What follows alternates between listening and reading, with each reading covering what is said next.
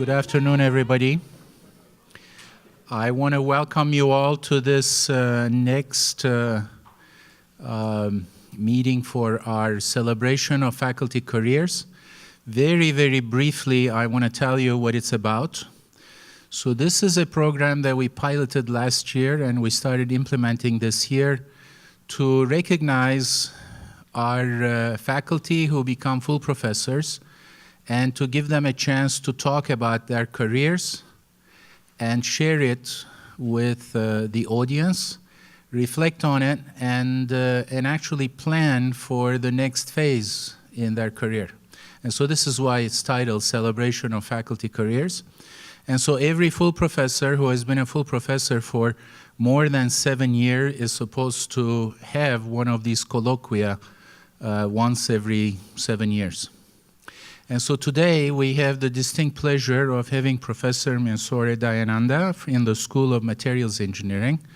And I don't believe he needs a lot of introduction. I just want to point out a couple things which I think are significant.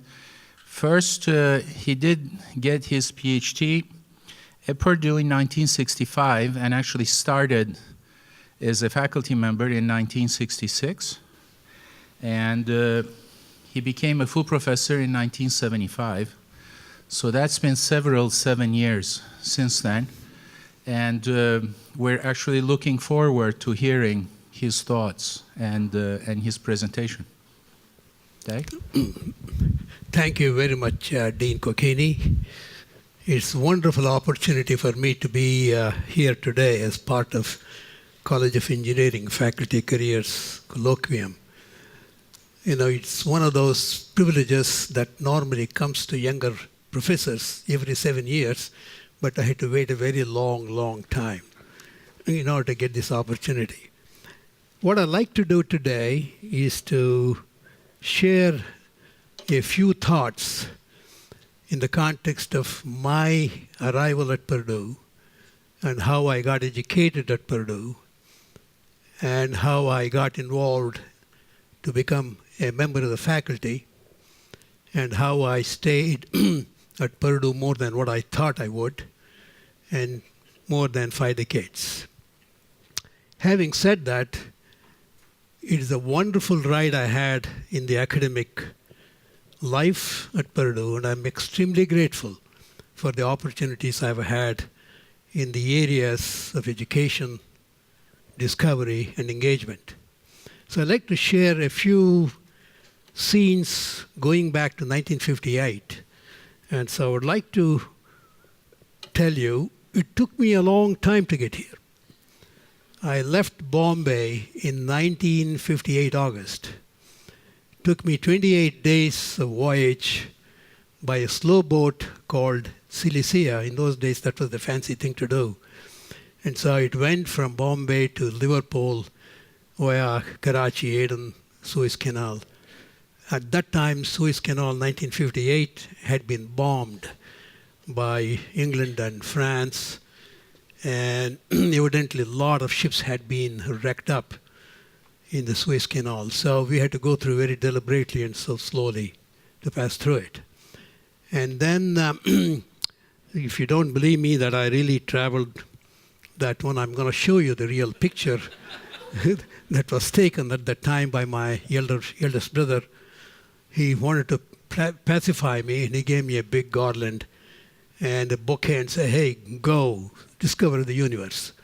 And so that's how I started off in the Cilicia. The picture, of course, you're seeing is really the real picture. Then I stayed about 2 weeks in London. There's one more brother who received me in England. And then I flew the normal style of flying from London to New York.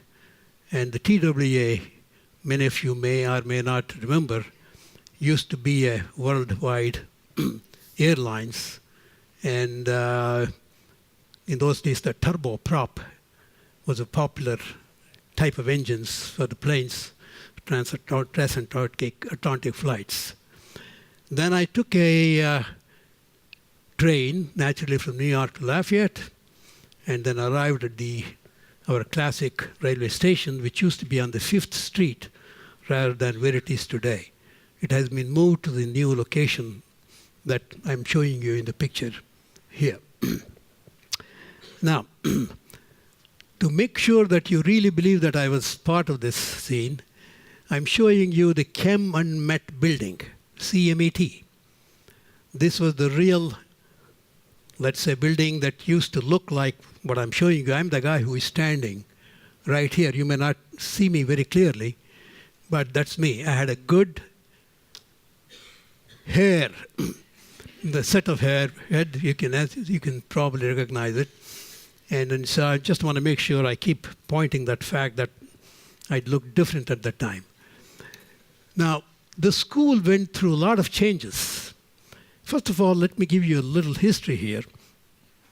The Division of Metallurgical Engineering, as it is identified here, used to be one of the 3 divisions in the chemical engineering, metallurgical engineering program. And the Division of Metallurgical Engineering was brought in 1938 thanks to Bray, one of the pioneers of metallurgy. And Schumann Jr., Reinhard Schumann Jr. was the first head of the division. He came from MIT in 1954. And then the school's name, of course, got changed to School of Metallurgical Engineering from the division to the school in 1959. That's when we were really born as a school. Okay? July 1, 1959. By the way, July 1 is also my birthday, just a coincidence. And the School of Materials Science and Metallurgical Engineering was the next name that the school attained in 1965, thanks to Professor Richard E. Grace. He initiated a program in the materials science area as part of an option for the metallurgy type folks who didn't like metallurgy that much. They would rather be interested in more of material science aspects. So under the R.E. Grace headship, that came into existence. And then the 1973, Bob West, who became the head of the department, realized that it is much easier to make simpler name the School of Materials Engineering so that we have everything in under the broad category of materials. So with that introduction, let me introduce to you some people. Frederick Howday was the president who was the 7th president of Purdue University. He was a chem engineer. He was the guy who really brought Reinhard Schumann Jr. as the head. And the Chem and Met building, of course, looked ancient from our perspective now, but it was very nice at that time. You could see the cars essentially flying around in front of the building, and we could even park in front.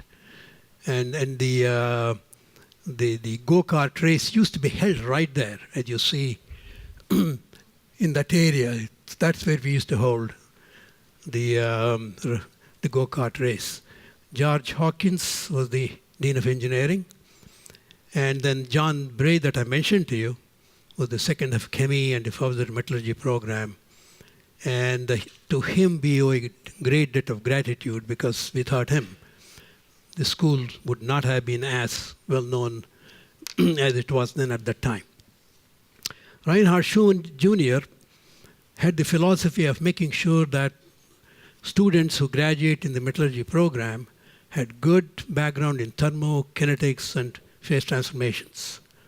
So he had the foresight to make sure that courses were developed in these 3 broad areas.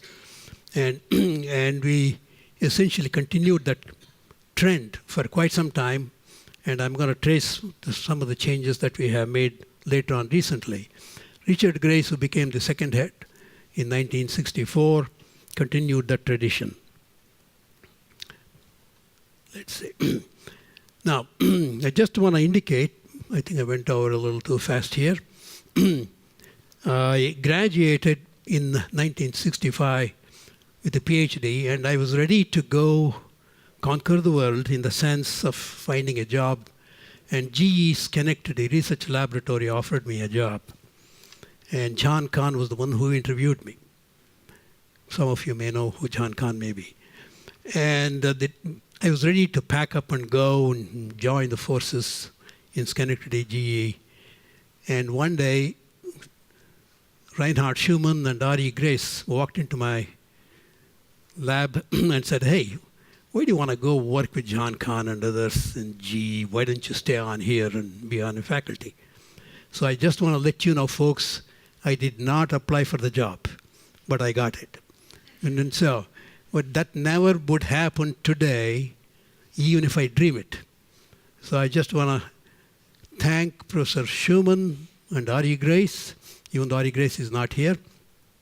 He knows that I will be mentioning some of that stuff today. So vicariously, I'm sure he would appreciate the fact that the two, Schumann and Grace, were responsible for my being continued as a faculty member at this point at Purdue University. Now, I just want to give you a little bit of a snapshot in the context of folks here. We used to be 13 folks on the faculty here, and this is 1966. And when you go to 1970, the similar number, identical number, 13 folks on the faculty. Nothing changed except a couple of faces. Phil Tobin joined us at the time. And there is a lady whose picture I would have wanted to show here, Helen Giese, who used to be the main secretary to the head. And she served as the secretary to 5 heads, 3 chemi heads and 2 MSc heads, namely Schumann and Grace. Now, I'm showing myself here just to make sure everybody recognizes me here, playing with an electron microprobe analyzer. That was the first electron microprobe Purdue ever got, ARL AMX model. I was the guy who was the technician. I was the guy who had to play, use it. I had also the one who has to teach a course on the SEM and the electron microprobe analysis. The SEM, of course, came a little later in the evolution. This is a wavelength dispersive spectrometer. We had 2 of them. We had pretty good data collection. Then the third head, of course, Bob West, who was the Basil Turner professor who joined us in 1964 and then became the Basil Turner professor in 1972. And then the interesting part, though, of course, Bob West, is the fact that he introduced the ceramics courses that we didn't have. He made a big contribution in that context. And then you recognize we have a lady here, Geraldine Deputy was the first lady professor who joined the faculty in the 1973. So then the 4th MSc head is Gerald Liedl, whose picture is shown here. And then we moved to the MSc building in 1988. And so we stayed in the Kemet building for 30 years after our birth as a school, and then moved to the MSCA building.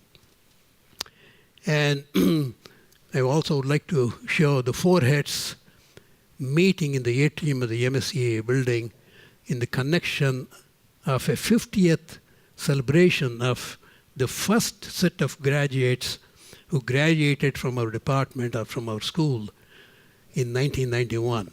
So the first BS folks coming out of Purdue in metallurgical engineering was in 1941. So 1941 plus 50 is 1991. So the 50th celebration or anniversary of the class of 1941 was the occasion when the 4 heads got together. And then I just want to show you a little snapshot of several members of the faculty and staff. And specifically, I want to mention a few folks here in the context of identification. Of course, you can see Grace there, you can see Schumann there, but I would like to bring up Joan Kelly, one of our very popular secretaries, Renee Connick, who used to handle all the files, and definitely Robert Staley, who really helped us out in the context of laboratory environment, He was the person in charge of labs. And then the David McCabe, who handled the SEM and the microprobe operations. Now, evidently, there is a slot missing here. That's how, in those days, people used to take the picture. I need to fill it up with another young lady's picture here, who joined us in 1978. I'm sure probably you would recognize who she is. None other than our favorite Donna Bystrom, who is sitting in the back. There are two Donnas, by the way, in the audience. Our fifth head is Alexander King, who joined us in 1999 and then served as the head until 2007 during the period of Jishki's presidency. And that's when we really grew in the context of the staff and the faculty and the students.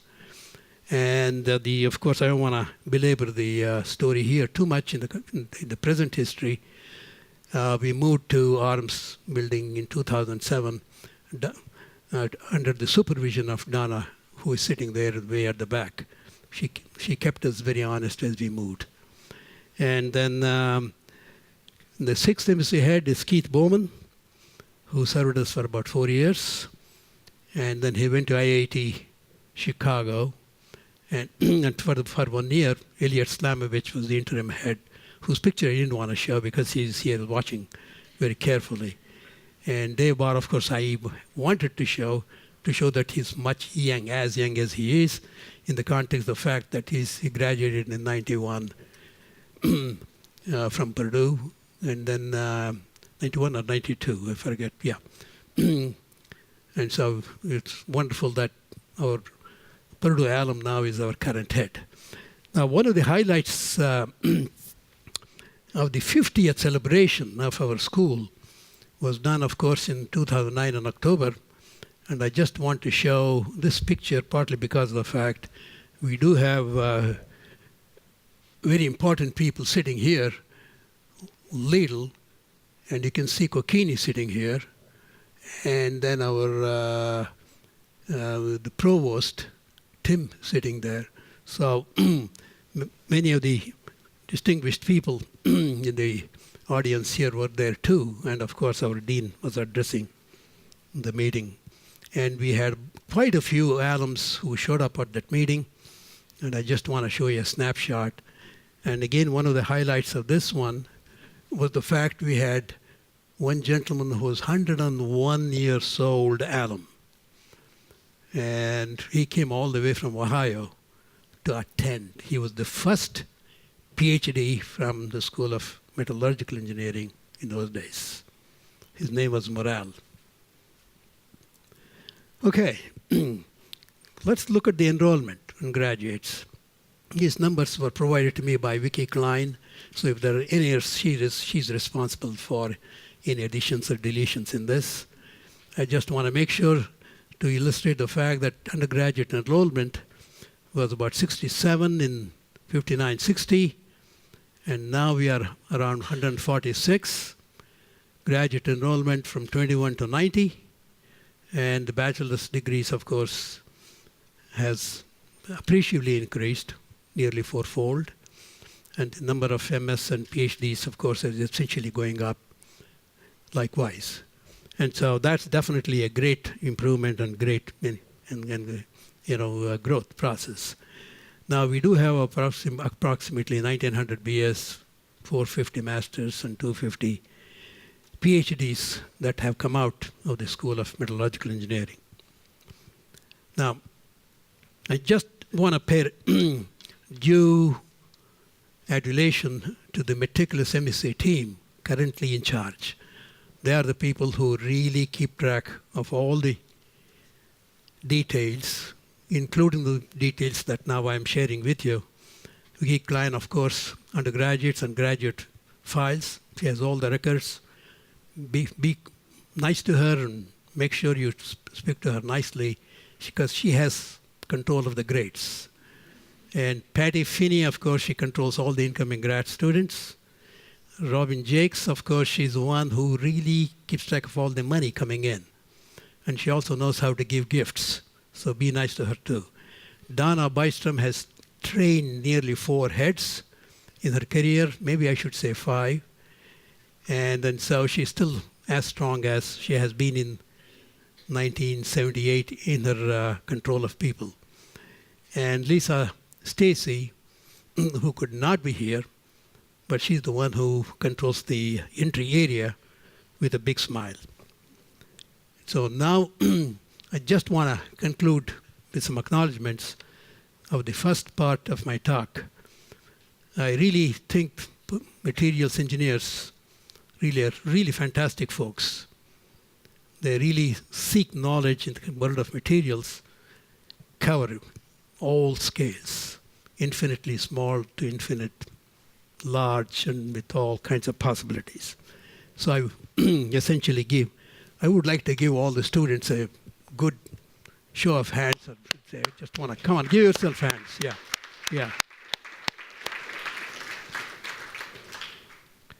They're in the right place. Okay, the second part of the talk deals with what I refer to as simply phenomena observed in ternary quaternary alloy systems.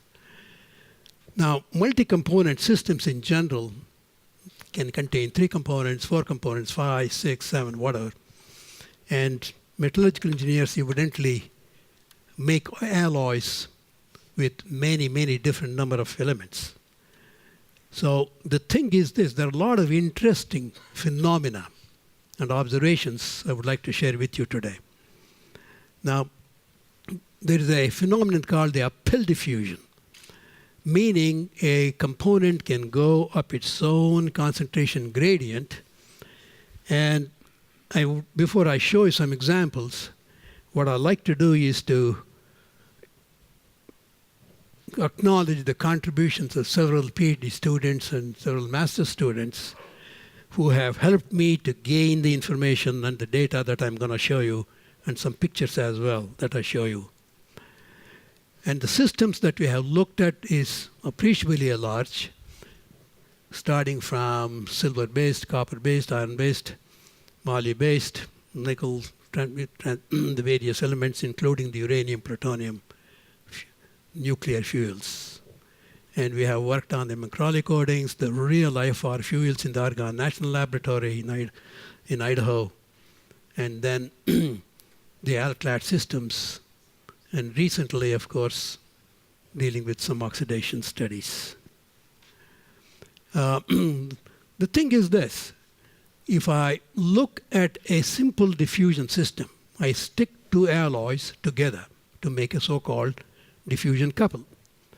And so the idea here is, if I stick 2 alloys, make a diffusion couple, and heat it at some temperature T for some time T, and section this guy, and then look at point by point to find out the composition profiles.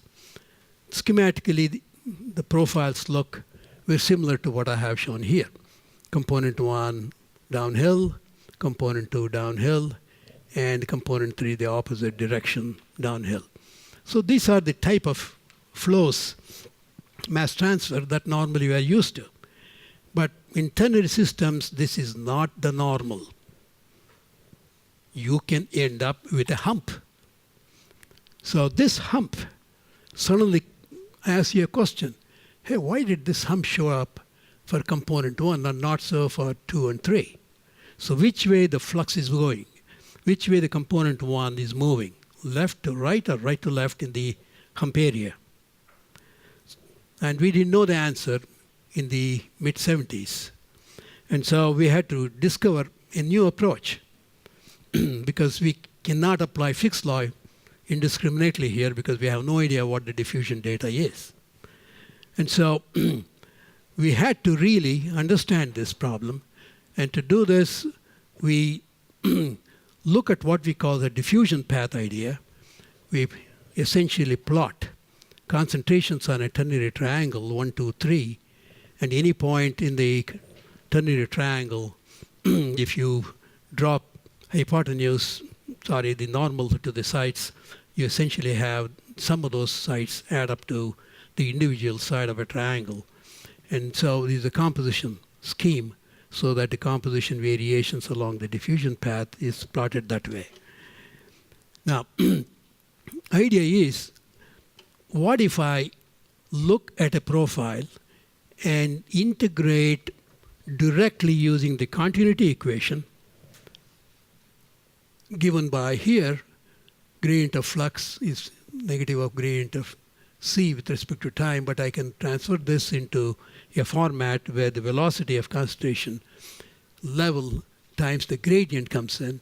If I take that approach, the flux can be simply written down in a very simple fashion as 1 over 2t, an integral. And the integral can be obtained from the area under the profile as shown in the diagram. So with this idea, we set up two types of couples over the years. One is called the isoconcentration couples. And this is a scheme that is very interesting because what you do is you have two alloys with one concentration being the same on both sides for a component. And it's called the isoconcentration. The second type of couple is where you have a component having the same chemical potential in the two alloys you stuck together. So these are the type of couples.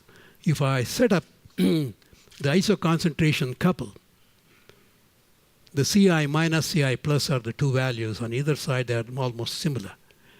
But such an experiment was carried out long time ago in 1949 by Darkin. And this is a classic experiment, most of you are aware, that carbon, which had been flat initially, went from left to right up its own concentration gradient. That's the region where carbon went up from left to right. So this idea of uphill diffusion was born.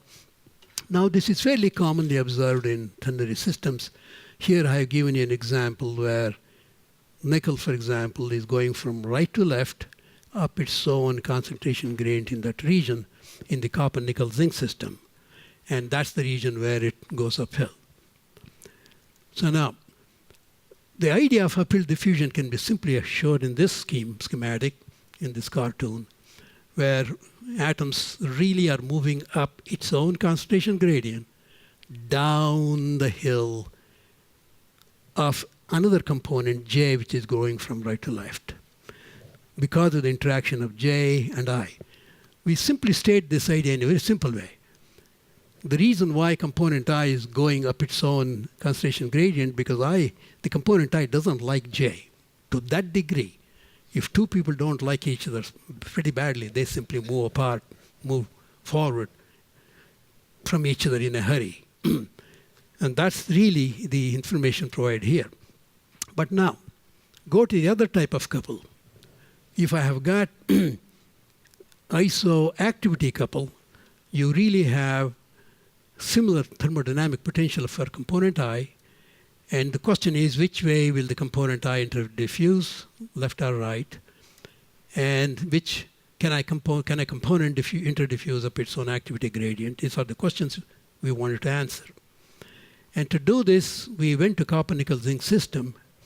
And what we did was we set up couples that happen to lie on an isoactivity line. That means I picked up an alloy here, I picked up an alloy there, and made a diffusion couple and see what happens between that and this terminal compositions. And here I picked up just one of them, and to our great surprise, very interesting phenomenon was observed at that intersection point of this diffusion path and the isoactivity line shown by dotted lines.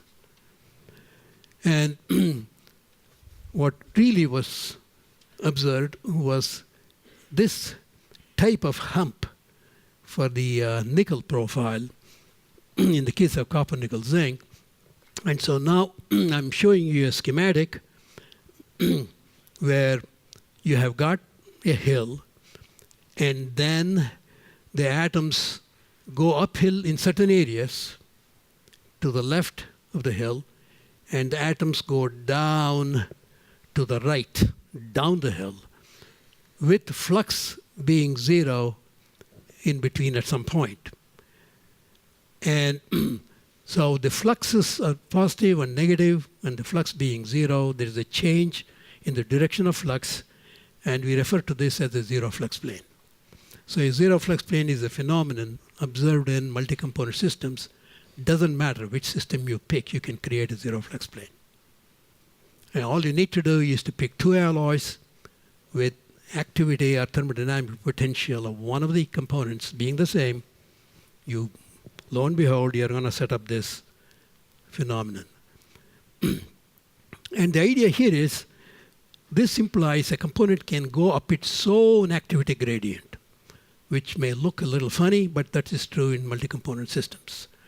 And so by any chance you look at the activity profiles corresponding to the system, you end up regions where I have shown the red marks, where component is going up its own activity gradient.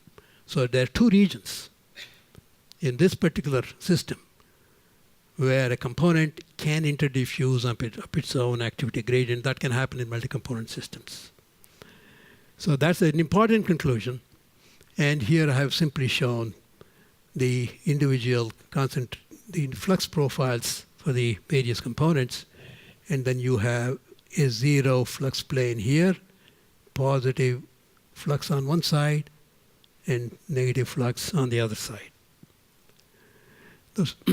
So this was repeated for many, many couples in many, many systems, and there was no violation of the claim that I'm trying to indicate here. So ZFP development is a very interesting phenomenon. Now the implication of this general idea of ZFP shorthand is if I invoke the Fick's law at this point, I have got two forces acting on the flux of a given component I here. And so if this flux goes to zero, then I end up trivially a link for the slope at the zero flux plane location to show what the interaction of component J on I is, in this case component 2, for example, on a given component I, and DI2 and DI1 are simply what are called the cross to the main coefficients that show up in the Onsager's formalism of Fick's law. And so there are two forces showing up in a ternary system. And this problem becomes much more complicated, of course, if I go to 4 components, 5 components, 6 components, etc., which I'm going to indicate to you very briefly, shortly. Now, zero flux plane phenomenon and flux reversal can be consciously done, as I indicated, in any system more than 3 components and over. It can happen in single-phase systems, quaternary systems, and I'm going to show you an example in the copper-nickel zinc system shown here. And I want to bring your attention to the zinc profile where you have got a hump.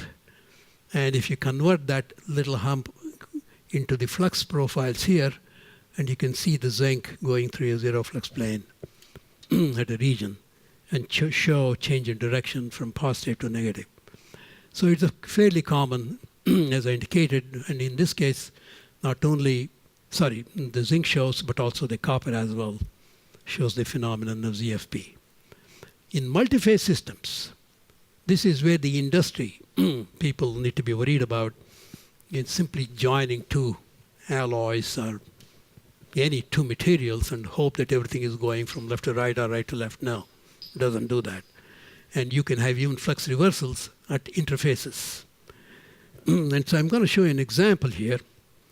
We set up in the copper-nickel zinc system here an alloy in the gamma phase versus the beta phase here.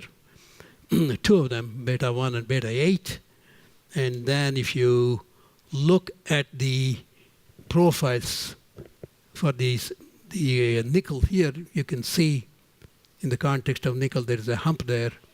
And so if you do the analysis, you can recognize the fact that nickel is going through a ZFP at this point. And then you have a similar observations for a second couple. And this is an interesting couple in the sense I want to show you here. For this coupled. If you look at the nickel is coming from left to right with a little hump there, and then nickel is also coming down here. So there is a jump, of course, at the interface, but the fluxes have a step up. There is a discontinuity in flux from negative side to the positive side, meaning I can create flux going in one direction on one side of the interface. I can create the flux go in the opposite direction on the other side of the interface as the interface moves. I want to emphasize here, nothing is stagnant here. Everything is dynamic. Everything is moving. And so the Z of P is moving. Interfaces are moving. So a region where a Z of P and flux reversals take place really is a dynamic thing. It moves from region to region to region. So there is a change in the direction of a flux of a given component with time and evolution. And those are some of those key factors. Now, another phenomenon is the so-called transition from planar to non-planar interfaces. And this is a very interesting type of observations we did very early in the ball game. We set up couples so that consciously we wanted to monitor such phenomenon, so that we have the beta phase, one guy bonded to 4 different alloys in the FCC structure, so BCC versus FCC diffusion couples. And what turns out was beta versus alpha 1 and alpha 2 developed planar interfaces, and this guy versus alpha 3 and alpha 4 developed non-planar interfaces with change in composition on one side. So here I'm showing the two that showed planar interfaces, and then here, for example, the instability problem kicking in and getting more and more as I tweaked the composition of one of the terminal alloys. And so the thing that we learned from this type of experiments, you are in charge of deciding what type of interfaces you want to build based upon the choice of the terminal alloys and how sensitive the compositions can be in controlling the instabilities. And of course, these instabilities give rise to two-phase structures and evolution, and that one I'm not going to get involved here. But question that normally arises is, why does any planar interface become perturbed? There are many reasons, but one of the reasons in multi-component diffusion, which I want to share with you, is the fact in the multi-component system there's a very important constraint which most people ignore. And the constraint is this. The velocity of any interface is simply the difference in fluxes on either side of it divided by the concentrations on either side of it. That's as simple as that based on mass balance. And that should be true for each of the components in a multi-component system for a planar interface. So if by any chance if one of the components is slowpoke in a multi-component diffusion problem and violates this constraint, you have a non-planar interface. As simple as that. So again, I want to emphasize here, flux difference divided by concentration differences at an interface should be exactly, that ratio should be exactly the same for all components. And if any one of them cannot keep up, then you have a perturbed interface creation. Let's look into two-phase couples in this context. There's 2 more interesting phenomena I want to share here. Suppose I ask the question, can I create a new phase in a multi-component system containing an alpha phase, which is FCC? Can I create a new phase, which is BCC, isothermally? Not by quenching, not by heat treatment, by simply picking 2 different alloys belong to the same crystal structure. Can I create a new phase of different structure? Answer is yes. And similarly, if I want to demix alloys in terms of phases, I can do so isothermally by multi-component diffusion. So these are all some of the tricks which I want to share with you today. Here, what we did was we put in, say, alpha 16 and alpha 14 are 2 alloys in the FCC structure. and I bond this fellow versus this, look how the composition profile crosses the two-phase region here, goes over to the beta region, comes back again, and loops back. Now, this type of structures, very interesting structures in the sense you recognize I have two alloys with the same crystal structure here, 5cc, and the morphology starting from individual precipitates becomes continuous here. The beta phase switches over very, very gradually. Morphological changes appear from one side to the other. So this kind of things can be consciously created as well. So this is what we refer to as a creation of a new phase in the metrics of another phase by isothermal diffusion. On the other hand, if I look at this picture, which is interesting in the sense I have a two-phase alloy, alpha beta, another two-phase alloy, and I want to bond with this fellow versus this. And if you look at the diffusion path, it's going to be like this. Some section in the beta region, some section in the alpha region, which means there is a demixing of the two-phase mixture alloy into two individual layers. And that is what happens in this picture. To show here, this is a two-phase alloy, that's a two-phase alloy, but I have got a huge single-phase layer here, another single-phase layer here. So I have unmixed. Now, this was something that we were really surprised, how usually diffusion mixes things up and screws things up. Now here I'm using diffusion to demix. And then there are very unusual type of paths that we can create. And one of them is called the so-called double serpentine diffusion path. And this one I'm showing you as an example. If you look at beta 17 versus beta 3, what this fellow versus 3, there are two couples that we simply set up in the beta BCC structure in the iron nickel aluminum alloys. The interesting part was normally we see an S-shaped path, but to our great surprise we had a loop showing up here. So we call it double S-shaped or serpentine path, and this is very unusual. Normally you don't see this kind of thing. And so we're wondering what kind of a challenge would this particular system builds up. And here I'm showing you an unusual type of concentration profiles. Please note this is a simple single phase iron nickel aluminum alloy, BCC, nothing profound. And you have unusual structures here in the context of a hump, a dip, one more hump, three humps, relatively speaking, two humps and one valley. Aluminum, little dip, hump, again a little dip.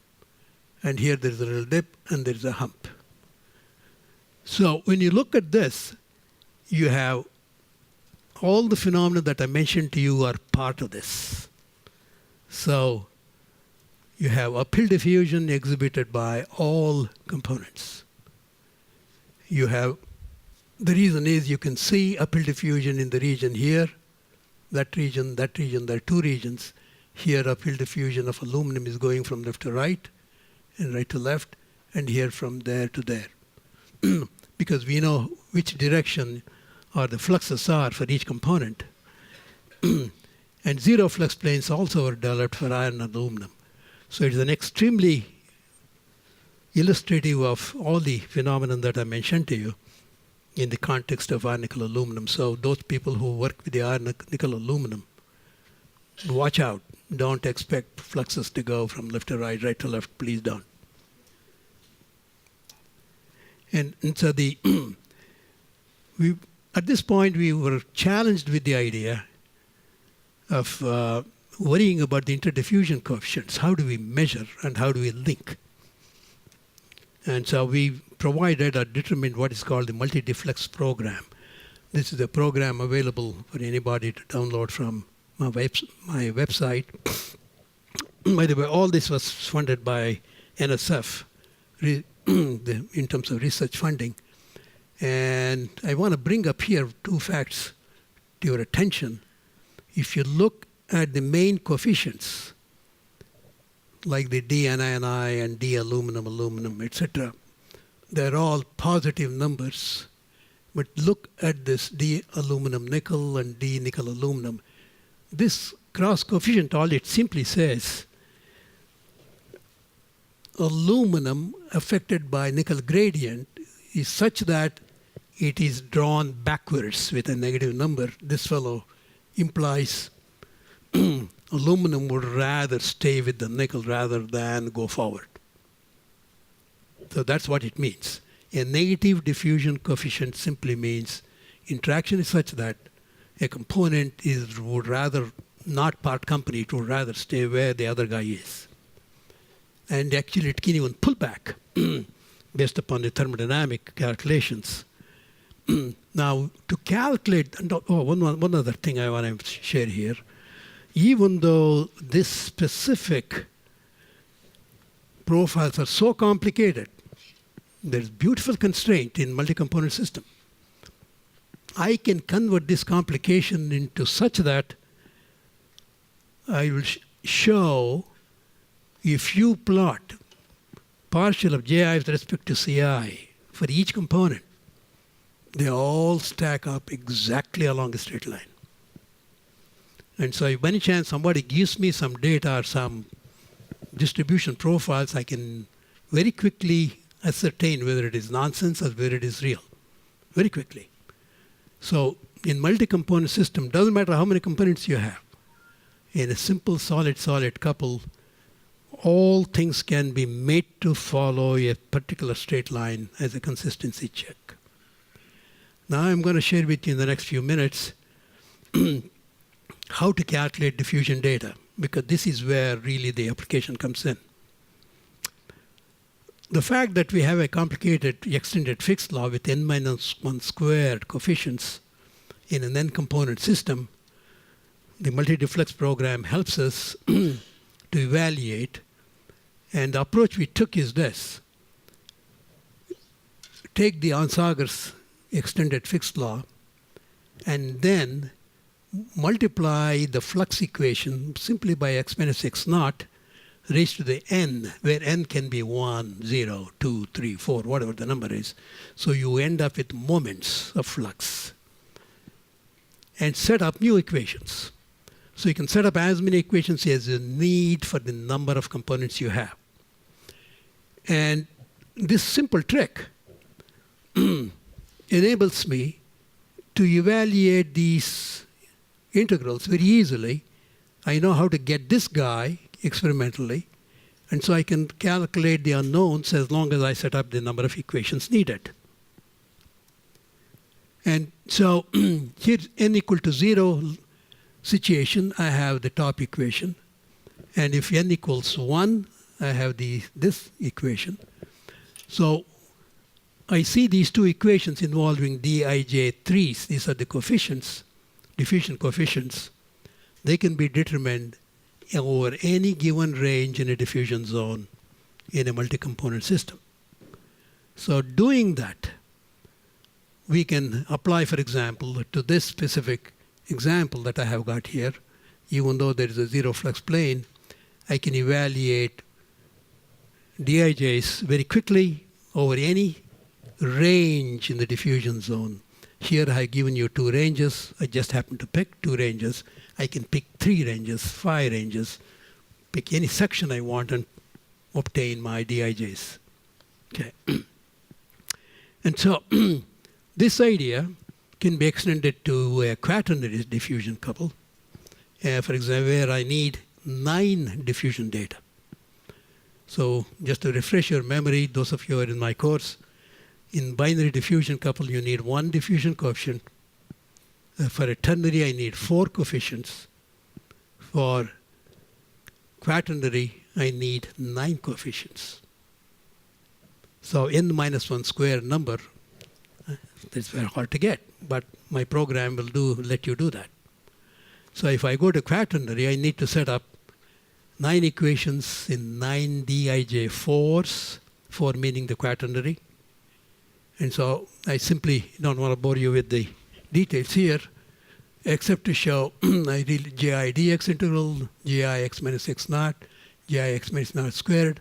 So all I need to do is to set up these integrals and solve for the appropriate 9 numbers. And this has been done. And there's a new technique called the transfer matrix technique that Ram Mohan and myself developed, which is very powerful in the context of evaluating all these numbers and applying it, and apply to any concentration profile, doesn't matter how complicated it is, and build up and show for the correspondence and evaluate the fluxes as well, each and everywhere.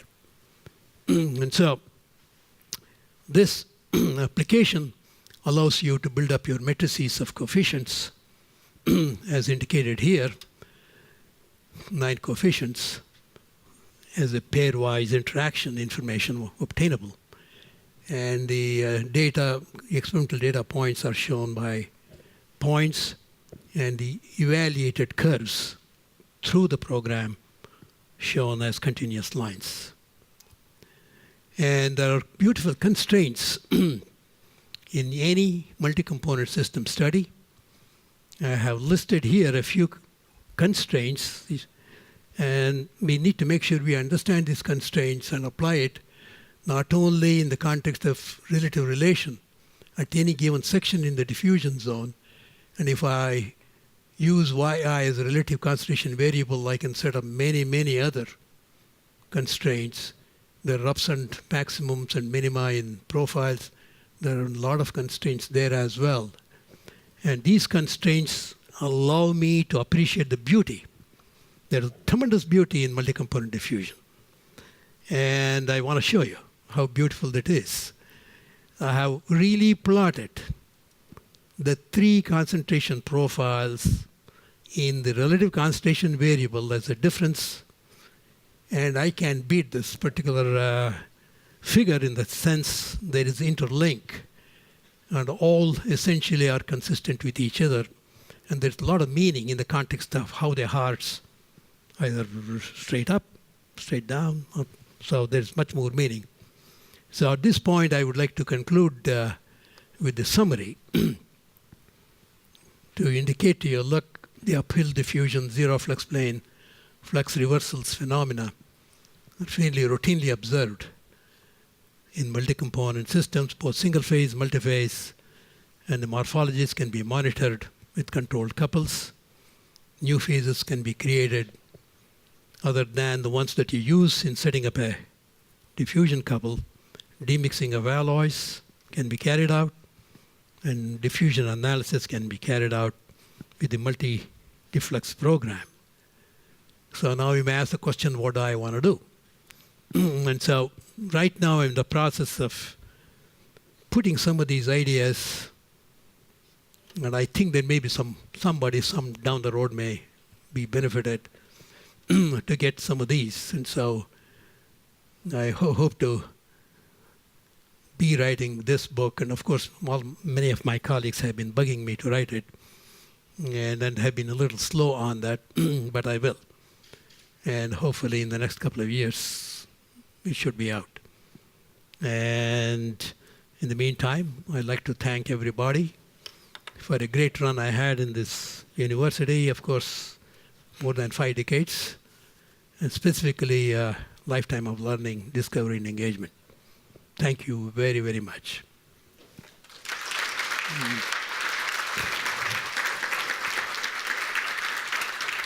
I'm sure Professor Dayananda will answer questions.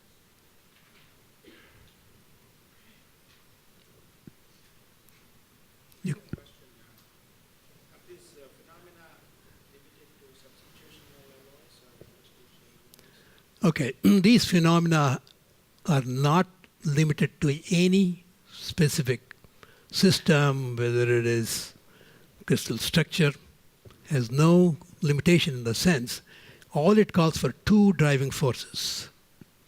It could be two chemical potential gradients, or it could be one chemical potential gradient and a temperature gradient, or it could be electromotive force gradient versus a chemical potential gradient.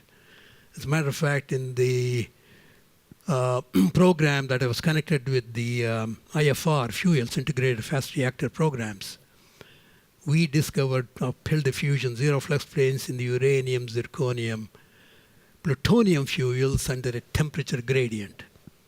So thermal transport, folks who are worried about in temperature gradient, any two forces, if you say they're playing the role of driving a given component one way or the other, use the idea of chemical potential balancing if you can create an environment where you have similar chemical potentials for a given component and the temperature gradient, you have a zero flux plane. So we have observed, yes.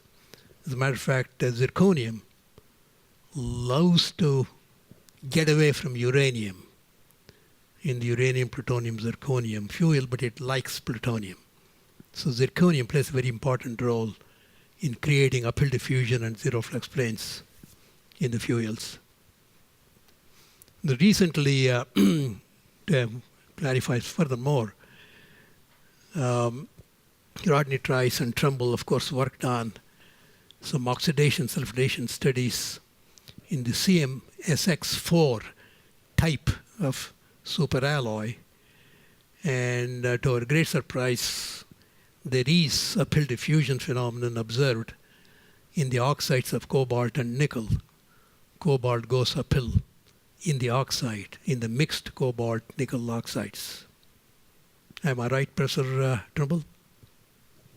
Yeah. Trice? Yeah, okay. We never would have figured that out without you. Oh, thank you very much. Okay, that's okay.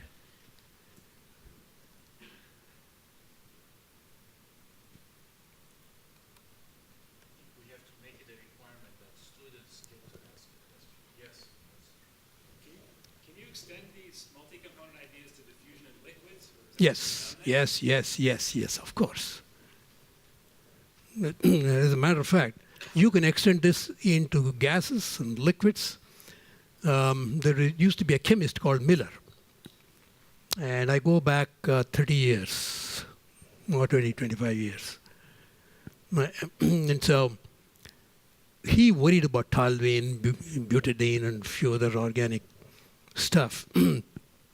The big difficulty was in the context of mixing three liquids. And I actually even asked the same question to chem engineers at Purdue.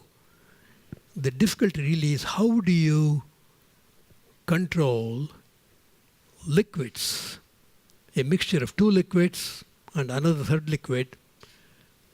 You want to put two liquids lighter on a third liquid which is denser, and then let interdiffusion take place.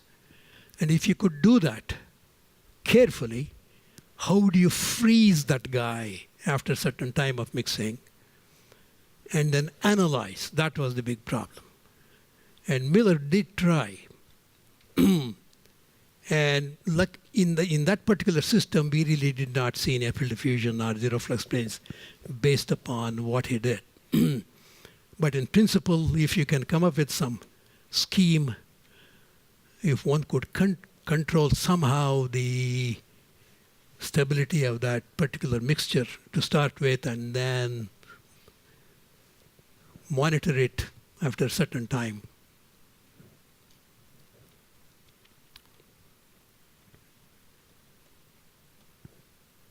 Okay. Thank